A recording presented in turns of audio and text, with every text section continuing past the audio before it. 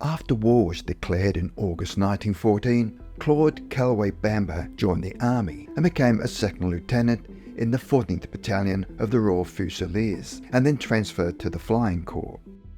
He trained as a pilot at the military school, and in July 1915 he became a second lieutenant in the Royal Flying Corps. He went to the front in August 1915. On the morning of the 11th, he went out on patrol and did not return. He was reported missing, and it was nearly a month before it was known that he had been killed that morning in a mid-air dogfight with 2 German aeroplanes in Flanders. The communications with the spirit of Claude were with medium Gladys Osborne Leonard. The following is an edited extract of Claude's description of what happened to him after his death.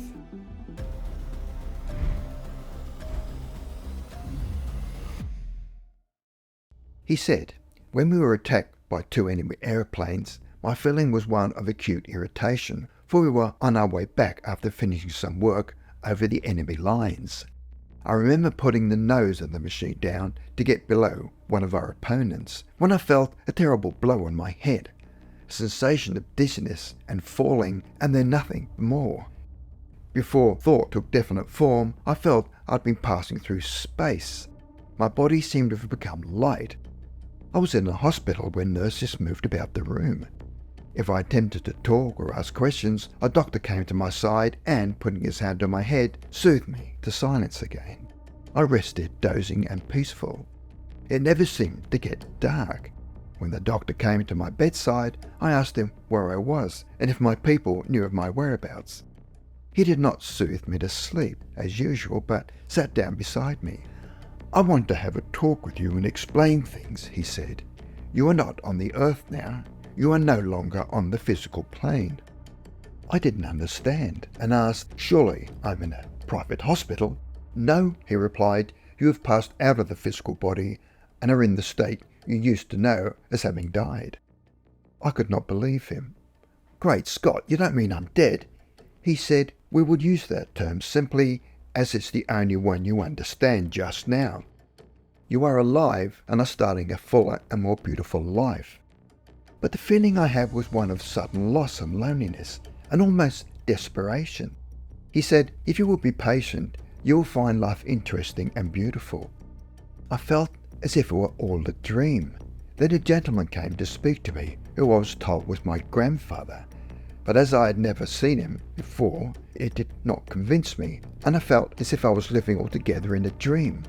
Others came who claimed to be relatives and friends, including several ladies who kissed me, but as I knew none of them, I remained inconsolable. The doctor promised as soon as it was suitable that the truth might be proved to me. When I knew the worst was over and the bitterness of death had passed, I slept and woke up later in quite a different mood. I found a young man seated at my bedside who said, 'Well, old chap, we pulled through.' His name was Joe. A sense of adventure now filled my mind. I felt full of health and well-being and was longing to explore this new country. I jumped out of bed and dressed and escorted by Joe, my grandfather, and quite a number of other relatives and friends, and went to a home that was ready for me. This consisted of a bedroom and a sitting room, a den with a piano, a sofa, and an armchair. It was a house where there was similar accommodation for other men. It stands in a delightful garden.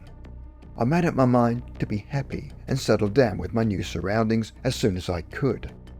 I asked one of my guides if it was a thought world we were in, though the ground felt quite substantial to my feet, and he said, 'It is more real and permanent than the one you have left.'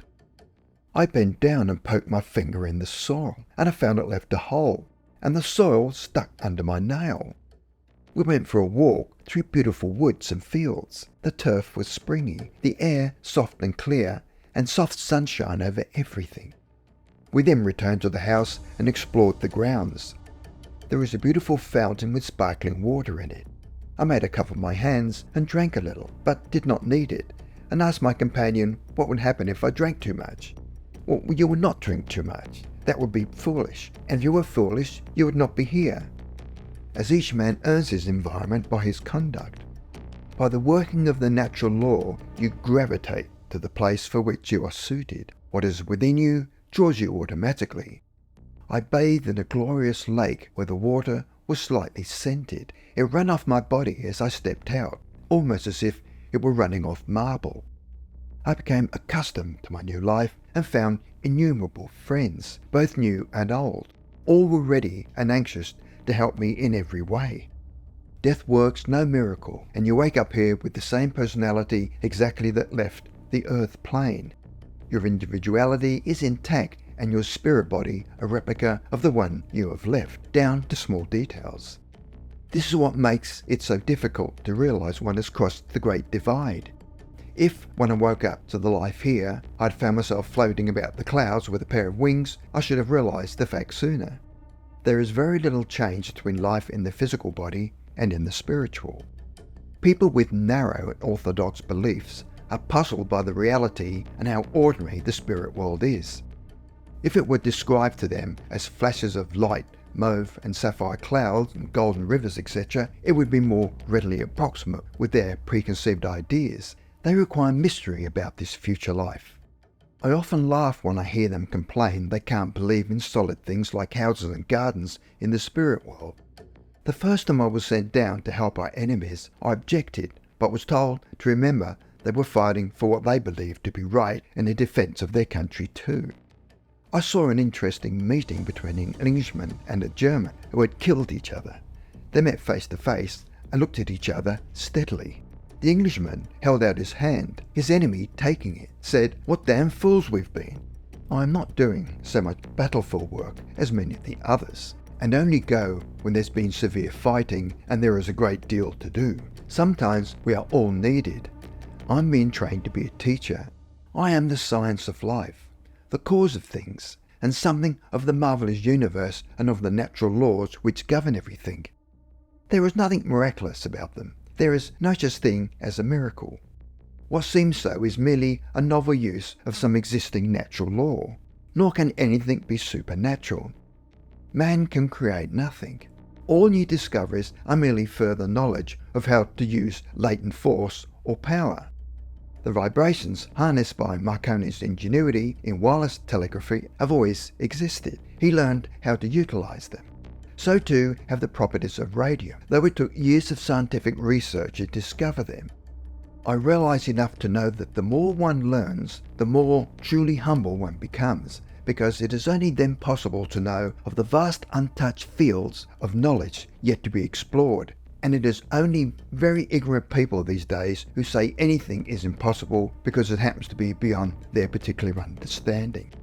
As to the theory that spiritual truth would have been revealed to us if we had been intended to know them, that is an argument that might be equally well applied to material matters. Neither railways, telegraphs, telephones, microscopes, X-rays, nor any other modern invention has been revealed to mankind without hard work. And if these temporal things have required so much effort, why should anyone imagine that the spiritual things, which, being eternal, and so infinitely more valuable, should be given to man without any trouble on his part? It is only striving for truth that makes the spirit grow. To lull it into a state of lethargy does not help it to develop. I tell you what it is, unless the church wakes up and moves with the times, it will cease to exist in the future. The war has given it great opportunity. Men will no longer be content with platitudes and unreasoning belief. You must satisfy their minds as well as their hearts, which is possible now that science and religion are not antagonistic. Men cannot now be frightened with tales of hellfire. They have learned that many roads lead to God. There is no right of way which is a prerequisite of any particular form of religion.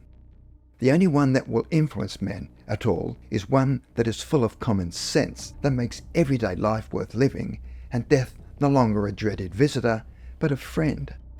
This knowledge would not make earth life of less, but of greater value, for we should then realize and appreciate the fact that we are in this world to be trained, to develop character, and learn self-discipline.